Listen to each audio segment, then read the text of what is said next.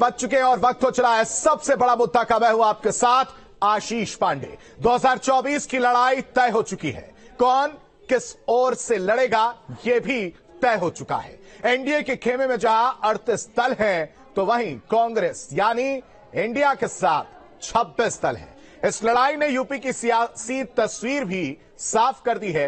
प्रदेश की 80 सीटों पर बीजेपी के साथ कौन से योद्धा होंगे और विपक्ष में कौन सी पार्टी लड़ेगी, ये पिक्चर बिल्कुल साफ हो चुकी है। जहां एक तरफ विपक्षी दलों ने बैठक की जिसमें कांग्रेस के साथ अखिलेश और जयंत चौधरी ने हिस्सा लिया, वहीं एनडीए की बैठक में एसपी, निषाद पार्टी और अपना दल सुनेराल शामिल हुए। लेकिन सबसे बड़ी बात यह है कि एनडीए में दम है या इंडिया यूपी में बाजी मारेगा। आज का मुद्दा इसी पर है, लेकिन उससे पहले यह सवाल। पहला सवाल, मोदी से मुकाबले के लिए साथ आए विपक्षी दल, इसके अलावा एनडीए पर भारी पड़ेगा क्या इंडिया? इंडिया का सबसे बड़ा चेहरा आखिर कौन होगा, यह सबसे बड़ा सवाल है। इसके अलावा यूपी की सियासत में होगा इंडिया का असर। गठबंधन वाली हुंकार क्या जीत और हार तय करेगी? भ्रष्टाचार की इस दुकान में जुटे हुए ये सभी परिवारवाद के कट्टर समर्थक हैं। न खाता न वही, जो परिवार कहे वही सही। लोकतंत्र के लिए कहा जाता है of the people, by the people, for the people. Indian national developmental inclusive alliance मतलब इंडिया। लड़ाई एनडीए और इंडिया के बीच में है, नरेंद्र मोदी जी और इंडिया के बीच में है, उनकी विचारधारा और इंडिया के बीच में है। आप जानते हो, जब भी कोई हिंदुस्तान के सामने खड़ा होता है, इंडिया के सामने खड़ा होता है, तो जीत किसकी होती है, कहने की जरूरत भी नहीं है। देखिए, देश को एक मजबूत विकल्प चाहिए। आज हम लोग विपक्ष में हैं, लेकिन जो विपक्षी पार्टी है उसमें इतने अनुभवी नेता हैं। अगर आज हम तय करें, साथ मिलकर काम करें, जनता के मुद्दों को साथ लेकर चलें, जनता के बीच जाएं, संघर्ष करें, कोई कारण नहीं है कि 2024 में एक पलटी मिलेगी और एक अच्छी सरकार जो जन सहयोगी कार्य करे, संविधान को माने, देश के सबसे गरीब और कमजोर वर्गों को मुख्यधारा में लाने के लिए काम करे, ऐसी सरकार हमें मिल सकती है। देखिए, सब हताश और निराश दल हैं। पिछले कई चुनाव में आपने देखा है इन दलों की स्थिति क्या रही है। आम चुनाव में जनता ने इन्हें अस्वीकार किया है, लेकिन सबको अधिकार होता है एक कुछ नया प्रयोग या गठबंधन बनाने का। सब कोशिश कर रहे हैं, लेकिन इन कोशिशों का कोई परिणाम निकलने नहीं जा रहा है। देश में एक बार फिर मोदी जी तीसरी बार देश के प्रधानमंत्री बनने जा रहे हैं। और इसी पर चर्चा करने के लिए तमाम मेहमान हमारे साथ जुड़े, सबका परिचय आपसे करा देते हैं। मनीष शुक्ला, प्रवक्ता बीजेपी, हमारे साथ जुड़े और कुछ ही देर बाद हमारे साथ अली अब्बास काजमी, नेता एसपी, हमारे साथ जुड़ेंगे। साथ ही साथ अजय वर्मा, नेता कांग्रेस, हमारे साथ कांग्रेस का पक्ष रखने के लिए जुड़ेंगे। मनीष शुक्ला जी, आपके पास आना चाहेंगे। पीएम मोदी के विपक्ष पर 10 प्रहार जो है वो हम जो हमारे रिपोर्ट कार्ड है, जो गांव गरीब किसान के लिए हमने काम किया है, उसके आधार पर हम जनता के बीच जाएंगे।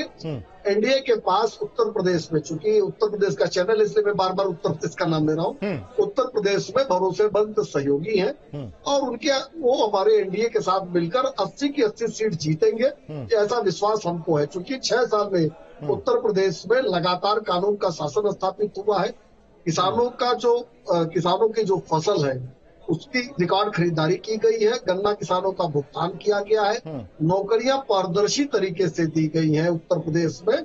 साथ ही साथ सड़क, बिजली और पानी के क्षेत्र में अभूतपूर्व काम किया गया है। और जो केंद्र की योजनाएं हैं, गरीबों को आवास, शौचालय, बिजली का कनेक्शन, गैस का कनेक्शन, किसान सम्मान निधि, ये सब जो केंद्र की योजनाएं हैं उसको भी राज्य सरकार ने जमीन पर उतारा है। उसके आधार पे पूरा विश्वासक वोट मिलेगा। रहा सवाल इंडिया का, तो 1975 में देश में जब आपातकाल लगा तो कांग्रेस ने उस समय भी Indira is India, India is Indira के नारा दिया था। तो अभी भी कांग्रेस उस तानाशाही मानसिकता से उबर नहीं पाई है। उसको ये लगता है कि कांग्रेस, राहुल या गांधी, छत्र गांधी परिवार जहाँ खड़ा है वही इंडिया है, जबकि इंडिया गांव में बसता है। इंडिया सुदूर ऐसी जगहों पे बसता है जहाँ ये लोग जाना भी पसंद नहीं करते हैं।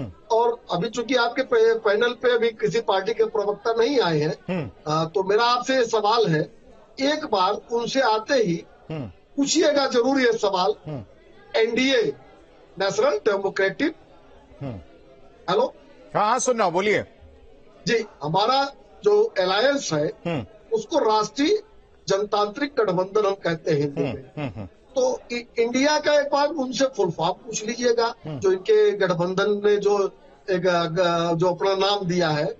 दूसरा, उसको हिंदी में क्या कहते हैं जरा ये भी पूछने का जरूर प्रयास करिएगा। मतलब नाम से कोई परेशानी नहीं है आपको, लेकिन चलिए ठीक है, ये दूसरा मुद्दा है। एक सवाल और मन में आता है, विपक्ष लगातार हमलावर है, वो ये कहता है कि बीजेपी वाले डरे हुए हैं, इसलिए जो है छोटी छोटी पार्टियों को साथ लाने में जुट गए हैं। अब देखिए, उत्तर प्रदेश की अगर बात करें या देश भर की बात, अगर देश भर की बात करें तो ज्यादातर वो लोग हमारे साथ इंटैक्ट हैं जो 2014-19 में हमारे साथ थे। जरूर कुछ लोग हमसे अलग हुए थे, लेकिन शिवसेना अलग हुई थी, लेकिन जो वास्तविक शिवसेना है वो भारतीय जनता पार्टी के साथ है। इसके अतिरिक्त महाराष्ट्र में जो एनसीपी थी उसमें जो विधायक और सांसद या जो ज्यादातर उनके जो संगठन के लोग हैं वो भारतीय जनता पार्टी के साथ हैं। उत्तर प्रदेश में अपना दल हमारा पुराना सहयोगी है। ओम प्रकाश राजभर की पार्टी एसडीएसपी हमारे साथ 2017 में थी, 19 में थी और 22 में हमारे साथ नहीं थी। लेकिन फिर वजह क्या थी सर? मैं नहीं, ये दर्शक भी जानना चाहते हैं कि वजह क्या थी, वो चले गए थे और अब क्या ऐसी बात हो गई, क्या फॉर्मूला तय हुआ जो वो चले आए? बहुत ही देखिए, पॉलिटिकल सिस्टम में कोई चीज छिपाने से छिपती नहीं है। तो मैं भी बहुत बेबाकी से एक बात कहता हूँ, देखिए राजनीतिक क्षेत्र में काम करने वाले लोग और काम करने वाली पार्टियां कभी कभी परिस्थिति जन कारणों से साथ रहते हैं और कभी कभी कुछ लोग चले जाते हैं। लेकिन जिस तरीके से अपमान किया अखिलेश यादव ने, अभी शिवपाल यादव जी का बयान आपने 10-15 दिन पहले देखा होगा, कह रहे थे ये निषाद, ये राजभर, ये तुच्छ लोग हैं, ये छोटे लोग हैं। तो जब जातियों का अपमान, आप व्यक्ति का अपमान करिए, चलिए हमको भी छोड़ के ओम प्रकाश राजभर जी गए थे 2022 में, लेकिन हमारे किसी नेता, हमारे किसी प्रवक्ता ने उनके समाज को या उनको व्यक्तिगत कभी भी कोई सुना तो ये भी था कि जयंत चौधरी भी आपके साथ आएंगे, लेकिन उन्होंने तो साफ कह दिया कि नहीं। देखिए, ये तो खबर मीडिया हाउसेस की खबर थी। अभी भारतीय जनता पार्टी ने तो इस बात को कहा नहीं था कि हमारे साथ आ रहे हैं या नहीं। ठीक है, वो मुहर नहीं लगी इसलिए नहीं कहा, लेकिन मन में जो है गुदगुदी जरूर उठ रही थी बीजेपी के। चलिए ठीक है, हमारे साथ अंकुर सक्सेना, नेता आरएलडी जुड़े, बहुत स्वागत है सर आपका न्यूज स्ट्रीट पर। पहला सवाल यही है कि बीजेपी के साथ जाने की अटकलें सामने आ रही थी, समाजवादी पार्टी से तकरार की बात सामने आ रही थी, अब जो एक तस्वीर आई वो बेंगलुरु में देखने को मिला, इंडिया नाम दिया गया है, अगला चुनाव इंडिया वर्सेस एनडीए देखने को मिल रहा है।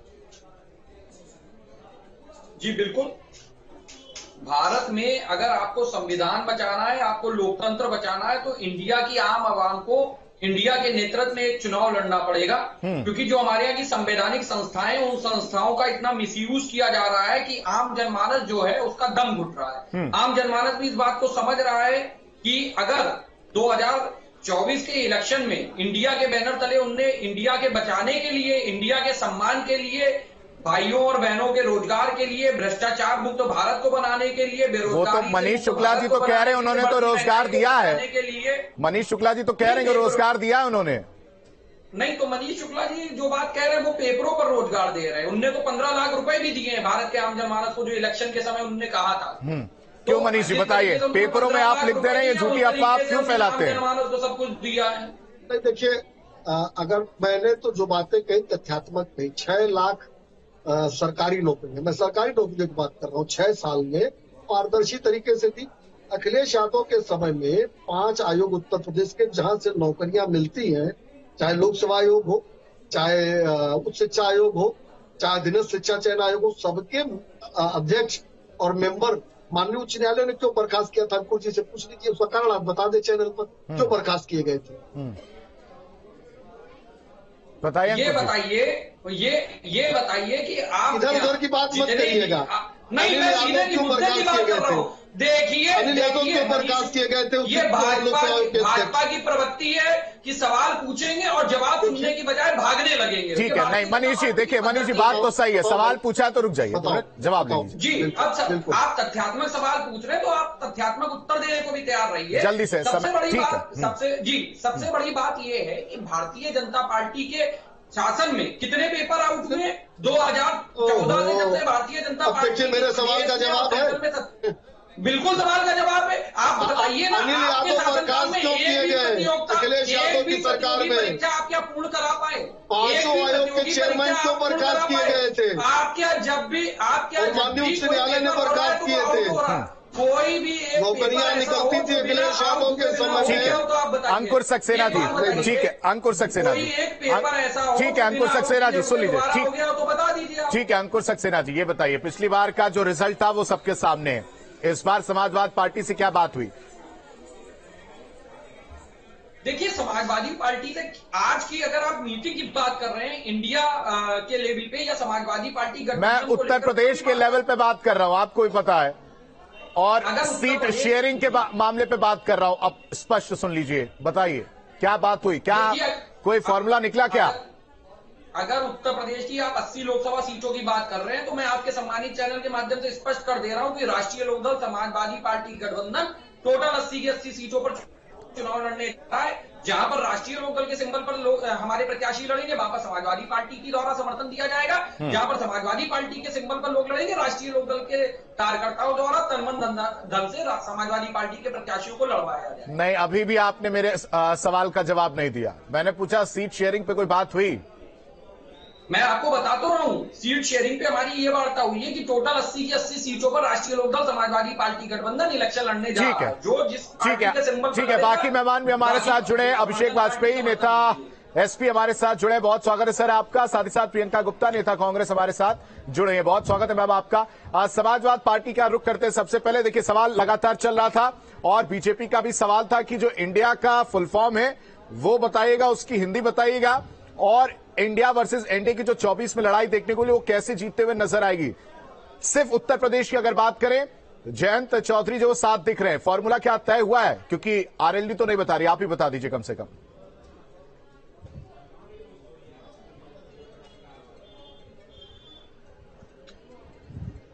अभिषेक जी। अच्छा जी, एक बार अपना सवाल ये था कि बीजेपी ने पहले सवाल ये पूछा था कि इंडिया का आप फुल फॉर्म बता दीजिएगा, उसका हिंदी बता दीजिएगा। दूसरा मेरा अपना सवाल है कि क्या कोई सीट शेयरिंग पर बात हुई है आरएलडी से, क्योंकि अभी तक जयंत चौधरी नहीं दिख रहे थे लेकिन अब वहां पर दिखे और ये साथ रहेंगे 24 तक।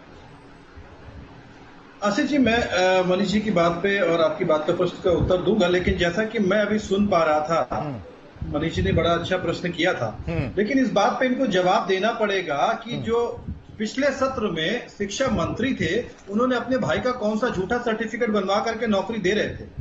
इनको इस बात के भी जवाब देना पड़ेगा कि भारतीय जनता पार्टी के पास वो कौन सा वॉशिंग पाउडर है जिसमें अजीत पवार के भ्रष्टाचारी होते थे, जब बाकायदा भारतीय जनता पार्टी के साथ घटक दल में शामिल हो गए तो उसके बाद वो अच्छे से बिल्कुल साफ सुथरे हो गए। वही उत्तर प्रदेश में मुख्तार अंसारी जो थे वो बहुत ही अच्छे व्यक्ति नहीं ना होकर के बाकायदा अपराधी छवि के लोग होते थे, मोस्ट वांटेड होते थे और शायद भारतवर्ष के सबसे खतरनाक लोगों में से हुआ करते थे। आज भारतीय जनता पार्टी में घटक दल में ये तस्वीर तो समाजवाद पार्टी में भी देखने को मिली ना उत्तर प्रदेश में। नहीं, सुन तो देखिए आखिरी चीज और कहूंगा मैं कि आदरणीय मुख्यमंत्री योगी आदित्यनाथ जी ने कहा था कि जो अवैध कब्जे होंगे, जो अवैध बिल्डिंग्स होंगी, उनको गिराया जाएगा। उत्तर प्रदेश में भारतीय जनता पार्टी का विधायक क्यों आया था बचाने के लिए?